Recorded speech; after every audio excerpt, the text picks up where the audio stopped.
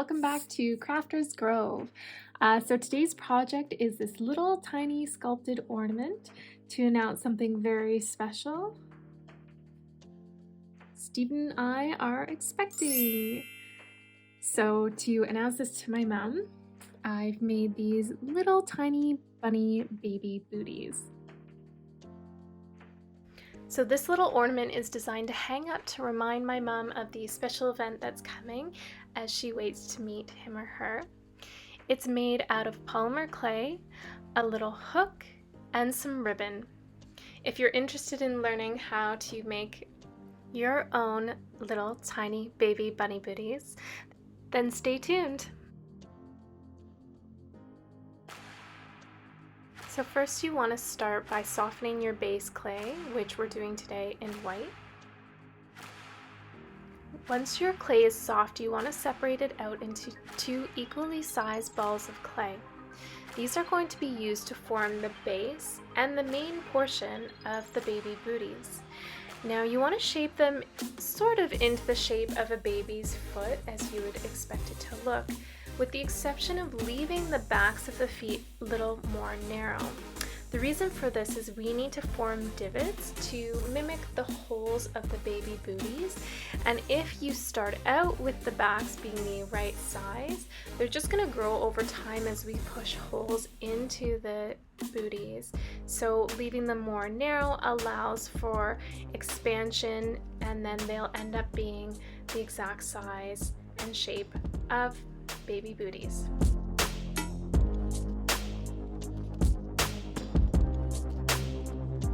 Once you're done smoothing out the base of the booties, you'll want to make two small, equally sized balls of clay. These you're going to roll into tiny little sausages to form the cuffs of the booties.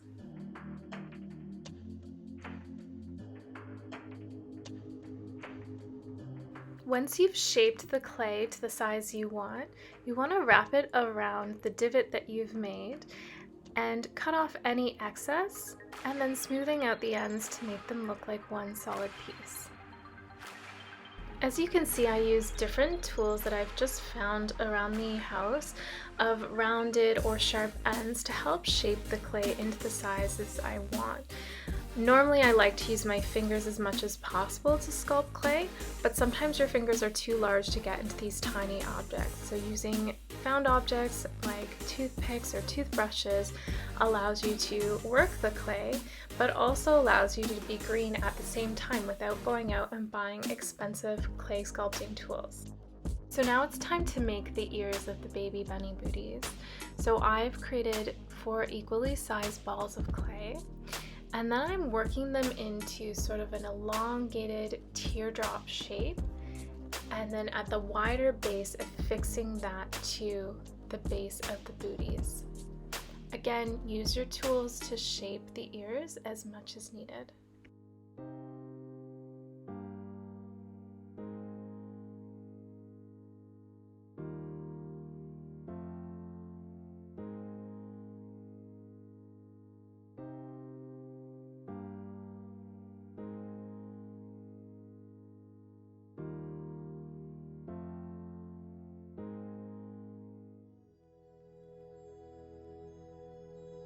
Now we're using a soft pink to form the lining of the inside of the bunny ears.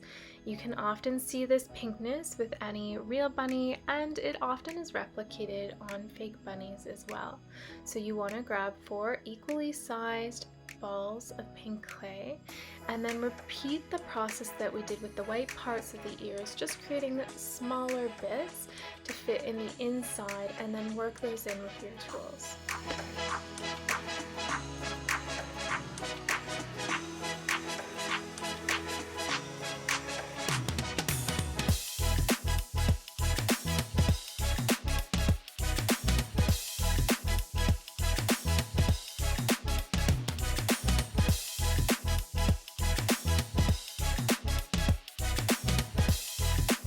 So next we're going to work on the little tiny noses and mouths, which kind of look like little mustaches. So you want 2 tiny balls of pink and some very fine sausage logs of gray. To shape the mouths, you want to shape the gray clay into 2 upside down M's and then place them near the bottom front of the booties. You can see here I am taking off a little bit of the excess, as they're not exactly like M's, so the middle part should be shorter than the end part, but shape the clay as much as you need to get that final cute result of the bunny mouth. Next, you want to place those little tiny noses right above the center of the gray mouth.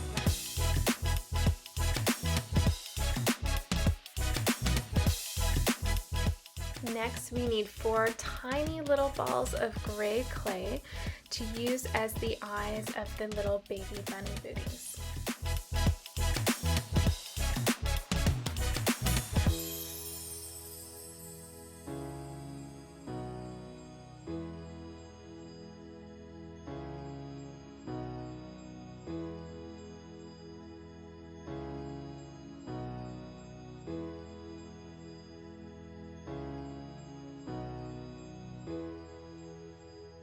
Finally, just to add a little bit more detail to the booties to make them more like booties and less like just tiny bunnies, we're going to add little bows to the sides of the cuffs of the booties.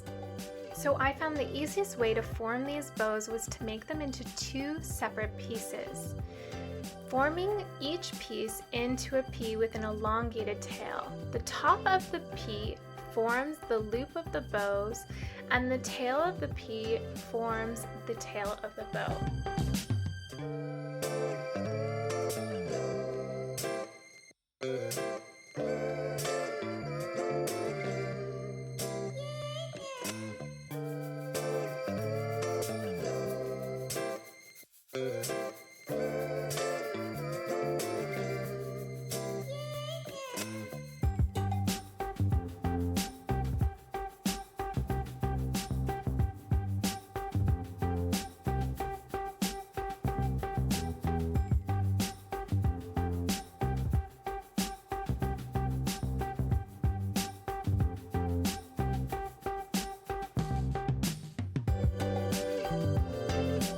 So to turn these little booties into an ornament, I have a hook here. Thankfully, it's already been rounded out at the top for me. I'm just going to bend it on a 90-degree angle. That will allow me to push it into the booties and then hide that end while leaving the top portion with the loop hanging out to allow a bit in which we can attach some ribbon. So in order to hide the hook a little bit, because right now it does look like just something I've jammed into the piece, we're going to add a little bit of white polymer clay inside the booty just to hide as much of the hook as possible so we only see what's coming out the top.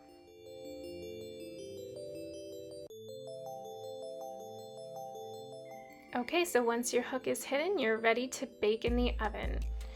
These are freshly baked and solid. Now we're going to pick out a ribbon that will complement the booties but not take over the piece because they are quite small. And so I picked white. We're going to thread that through and then tie a knot at the top, and then we're all set. There we have it. Little bunny baby booties. Little bunny baby booties. Little bunny baby booties, little bunny baby booties. So I hope you enjoyed this craft. Stay tuned at the end of the credits for a zero waste Crafters Grove tip.